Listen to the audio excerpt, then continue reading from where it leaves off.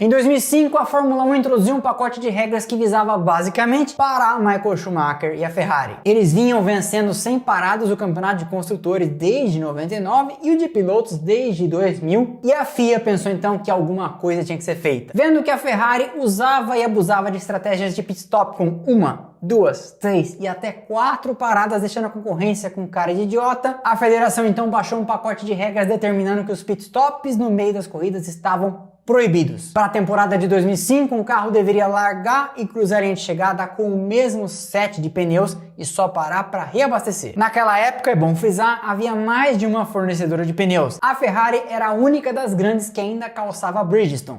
Com ela apenas as nanicas Minardi e Jordan. O resto todo do grid havia migrado para os franceses da Michelin. Com isso, ao longo dos anos, a fabricante japonesa havia desenvolvido uma relação quase de pneus sob medida para a Ferrari, e Jordan e Minardi que se virassem. Que eu sou rica! Daí, quando chegou esse pacote de regras para 2005, os pneus da Michelin se adaptaram muito melhor e a Ferrari não ganhava mais nada. McLaren e Renault dominaram aquele campeonato e ao chegar em Indianápolis, a Ferrari só tinha 2 segundos lugares com melhores resultados com Schumacher e 1 segundo e 1 terceiro com Barrichello. Alonso de Renault, por sua vez, tinha 4 vitórias e Raikkonen de McLaren 3. Nota de rodapé de bônus no meio do episódio. Isso por si só demonstra que é falso o papo de que o Alonso ganhou 2 campeonatos em cima do Schumacher. Ele ganhou 1, porque em 2005 a briga foi com Raikkonen. O que em nada diminui a importância do subcampeonato, mas aqui nesse canal a gente não deixa pontas desamarradas da história. Mas enfim, além da proibição dos pitstops, os carros tiveram a altura mínima aumentada em relação ao solo. Isso fez com que eles passassem a sofrer o chamado Aerodynamic Bounce, ou sacudida aerodinâmica. Na turbulência, andando atrás de um carro, ele ficava propenso a dar uma sacolejada, não é o porpoising, parecido com um avião quando passa por diferentes zonas de pressão e dá aquela sacudida. Os carros estavam assim também. Daí, somando-se isso àquela curva 13 de Indianápolis, que é a curva 1 do oval, mas era a última curva do circuito misto, e que submetia os pneus a uma carga elevada durante 6 segundos contínuo, os pneus da Michelin começaram a colapsar. Vou explicar de forma simplificada. Os pneus estavam dimensionados para aguentar uma carga na vertical de 800 kg, mas em razão dessa oscilação, a carga variava de 400 para 1200 em décimos de segundo. Tudo isso agravado pelo fato de que a curva inclinada submetia os pneus a um esforço que era para baixo e para o lado, inclinado, na diagonal. Então esses dois elementos, a carga que variava bruscamente com o esforço lateral e prolongado, começaram a destruir com os pneus da Michelin, que exploravam uma filosofia do ombro do pneu flexível, porque todo pneu dobra, mas o pneu da Michelin dobrava mais e eles tinham achado um jeito de achar mais aderência com esse lado do pneu dobrando. No segundo treino livre, na tarde de sexta-feira, Ralf Schumacher sofre uma pancada gloriosa e desce do carro chamando Jesus de Genésio. Tudo isso só foi descoberto meses depois, quando a investigação interna na fábrica foi concluída. Ali, durante o final de semana, o que se sabia era os pneus estão falhando. A própria concorrente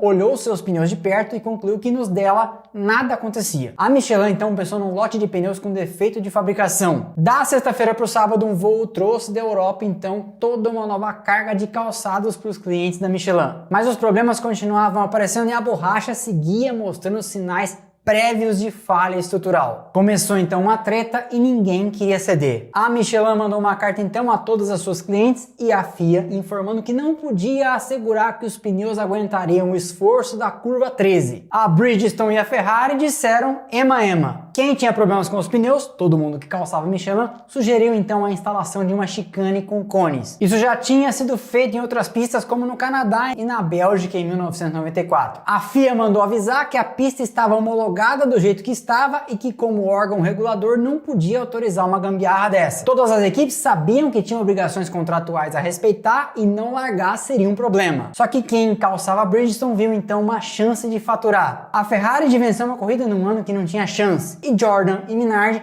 a chance de marcar pontos. E o tempo foi passando. Houve classificação sem maiores problemas porque as falhas ocorriam em simulações de corrida e o domingo chegou. A Michelin mantinha sua posição e se alguma coisa acontecesse e alguém se machucasse, ela tinha formalmente avisado. As equipes que usavam seus pneus então se reuniram e bolaram um plano caso a FIA e a Ferrari não cedessem. Vamos pro grid, alinhamos os carros e depois da volta de apresentação todo mundo entra para a garagem e o contrato vai estar cumprido. A Fórmula 1, comandada por Bernie Ecclestone, e a FIA, por Max Mosley e seu brother, não cederam, pagando para ver. De última hora, e para tentar resolver o problema, até uma faixa interna na parte menos inclinada da curva foi pensada como obrigatória para a galera que usava Michelin, como num pedágio. Também pensaram um pit stop obrigatório para quem calçava os pneus franceses a cada 10 voltas, mas nenhuma dessas ideias malucas emplacou e o impasse seguia. Carros partiram então para a volta de formação e ao passar pela entrada nos boxes, um a um quem calçava Michelin foi entrando e formou-se um grid com apenas 6 carros. O público americano incrédulo vaiava e jogava os ingressos picados na pista. Um caos e um vexame enquanto alinhavam 2 Ferrari,